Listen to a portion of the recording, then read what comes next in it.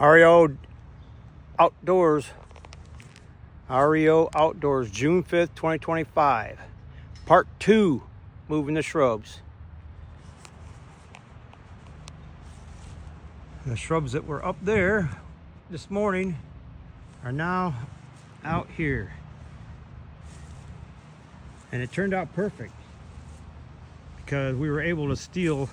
There were three shrubs, but we were able to steal off of one of them to make 4.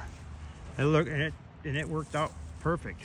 1, 2, 3, 4. Much better on the outside of the fence than in this inside. Like, share, subscribe, turn on notifications. REO Outdoors and our adventures for the day.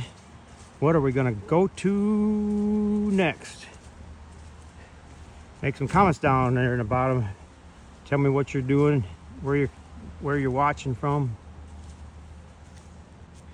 Over and out. That's done for today.